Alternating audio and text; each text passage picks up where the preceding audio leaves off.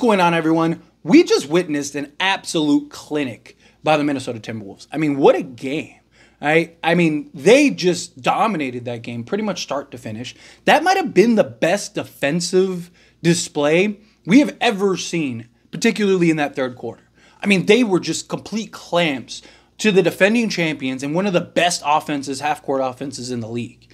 And just, they couldn't do anything. I mean, that versatility, that athleticism, that youth, their switchability, I mean, just, they're excellent. I mean, they are playing some incredible brand of basketball. I don't think Denver gets swept, but it wouldn't shock me. And for being honest, I think this series is over, right? Because let's say Denver picks up one in Minnesota.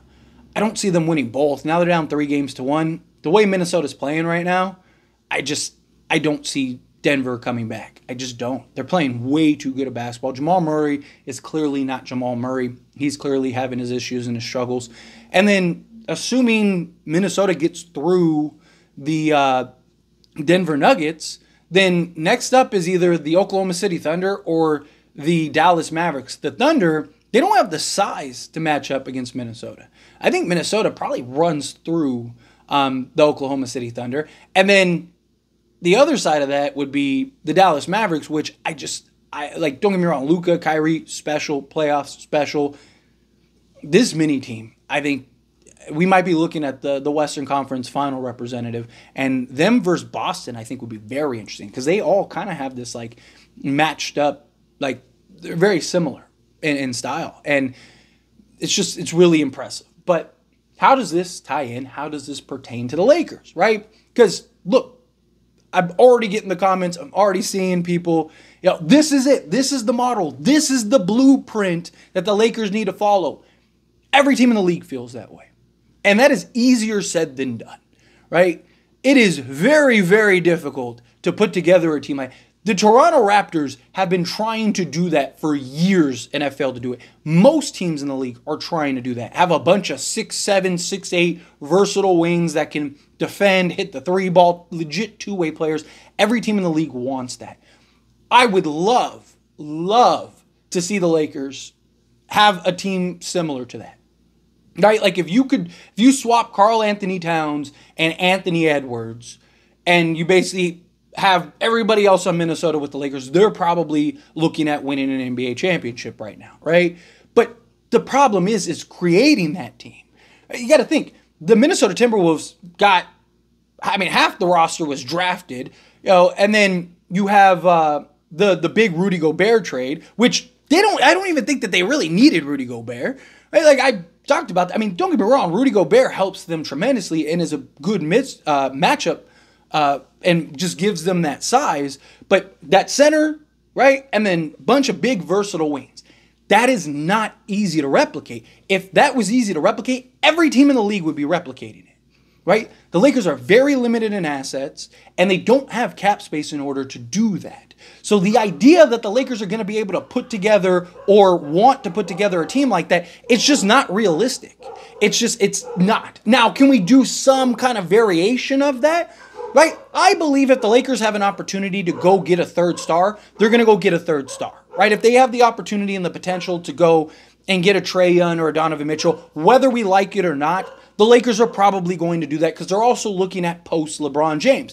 But I've even talked about, I would love to see the Lakers go get several pieces. Go get a DeJounte Murray and, a Brandon Ingram or something like that, right? Like, I would love to see the Lakers potentially put together some version of that.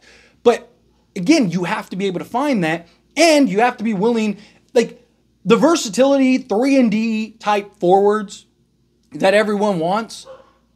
Keyword, everyone wants them. Everyone wants that. And again, the Lakers just don't have a ton of assets unless they go overpay, and then you have the Laker tax and all that stuff, right?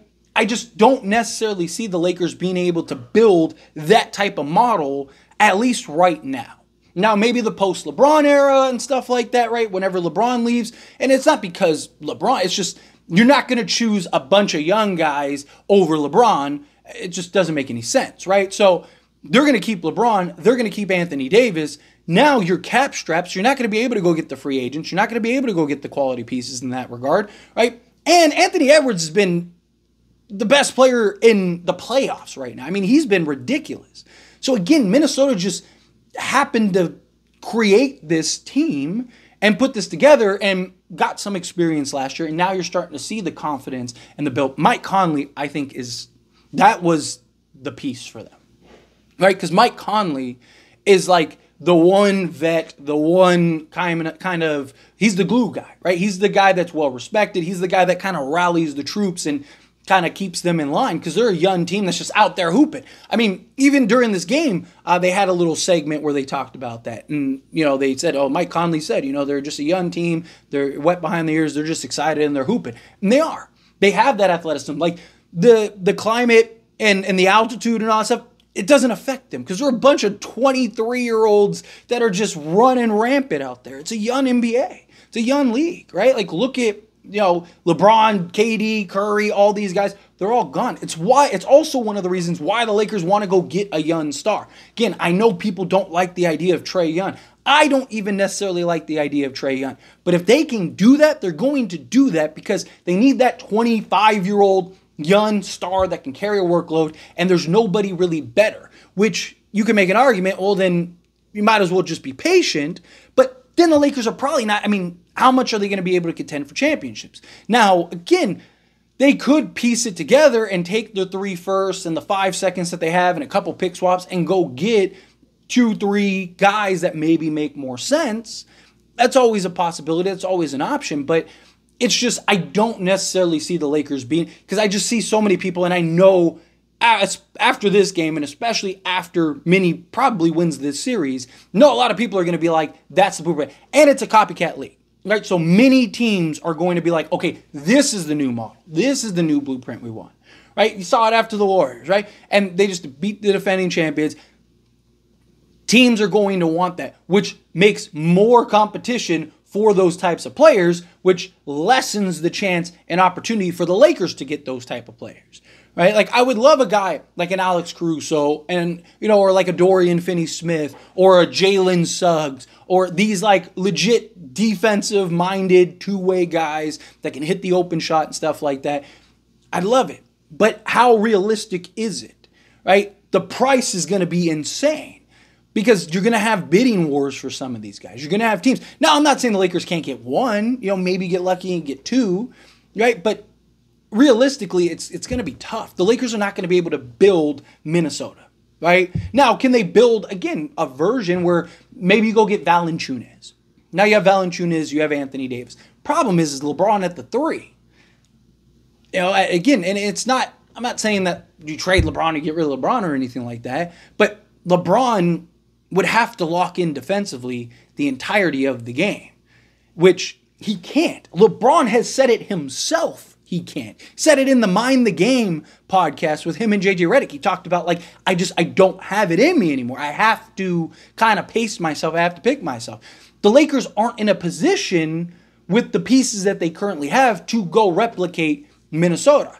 Now, again, can they have moments, things like that? Sure. Right? If Jared Vanderbilt can develop a legitimate 3-point shot, well, now you got your Jaden McDaniels, right? Like now you got your legit 3-point threat who can defend and basically lock down anybody in the league, right? Again, you go get a DeJounte Murray. If DeJounte Murray can, get back to that all-defensive player that he once was. Well, now you got that. Now you got that point of attack, athletic, young guard. You got that point of attack, young, athletic wing, right? Go get a 2 guard. Again, it's just you can get little pieces of it. You can make little things. Maybe Max Christie takes some leaps. Right? Maybe we'll see Max Christie take some strides. He could be our legitimate 3, and he could be our, our KCP type guy. Where, DeJounte Murray, Max Christie, Jared Vanderbilt, if he can develop a 3-point shot, LeBron James and Anthony Davis. Now you got your athleticism, you got your speed out on the perimeter, you got your 3-point shooting, you got those guys, right, that are just hustling, going to give you 100%. You got LeBron and AD. Now maybe you can figure out and sign a Kevin Porter Jr. on a prove-it deal. You got him on the bench. I wouldn't mind keeping Taurean Prince. You do still need those veteran guys, as you see with even Minnesota. Right? They still have those veteran guys. But, Lakers may be able to piece a version of this, but I see so many people that are like, this is it. Go get those. But it's easy. It's not going to be easy. Right? Again, maybe you get one, maybe you get two, maybe you can work something out. Like if you can land DeJounte Murray and Alex Caruso, right? That'd be just a grand slam in my opinion. Right? Because now you got that consistent third guy in DeJounte Murray who can make plays, be the point guard, hopefully get back to being that point of attack guy. You got Alex Caruso who can defend out on the perimeter, and defend multiple positions. He was shooting like something like 43% from three or something like that this season. Right? If he can replicate that, again, maybe Max Christie, maybe you don't. If Jared Vanderbilt doesn't improve his three-point shooting, maybe you have Jared Vanderbilt coming off the bench, and maybe you go with Max Christie and put Caruso at the three. I mean, he'd be a little undersized out there, but not much. I mean, Caruso's 6'5", 6'6", right? And then, you have Max Christie, 6'6", again, something like that, DeJounte Murray, right? Like, maybe get some youth and athleticism out there alongside LeBron and Anthony Davis. But they do. Like, the biggest thing they need is athleticism and versatility and two-way players, right? That's the biggest need, without a doubt. Whatever they do, even if they go get Trae Young, you got to get some young athletic players to play alongside those guys, right? So let's say you trade for Trae. You got Trae, LeBron, and Anthony Davis, right? Max Christie, Jared Vanderbilt maybe. Or again, maybe you go get an Alex Caruso. So you have like Trae, Caruso, Vando, or maybe Christie, LeBron, and Anthony Davis. Gonna have to figure that out. But anyway, as always, this is a discussion. Pass a question on you. Let me know your thoughts and opinions down in the comments below. What do you think? How do you feel? What are your thoughts? Again, like, I'm not saying that they can't get some guys, but don't think that the Lakers just exactly what Minnesota did, do that, right? Like, they have some very unique pieces that there aren't anywhere else in the league. Like, there's not another Anthony Edwards in the league. You talk about the best two-way player in the league right now, right? As far as scoring and defense out on the perimeter. Like, Jaden McDaniels is one of the best, if not the best, on-ball two-way defensive guys in the league right now, right? There's not another Rudy Gobert. There's not another, Mike Conley. It's just, you got to find those guys. But again, love to hear your thoughts and opinions down in the comments. That being said, if you haven't liked this video, hit that like button. Helps me a lot. Helps me enjoy these types of videos, and I truly appreciate it. Not subscribe channel, hit that subscribe button. Turn on the bell notifications. Appreciate y'all. See you in the next one. Thank you.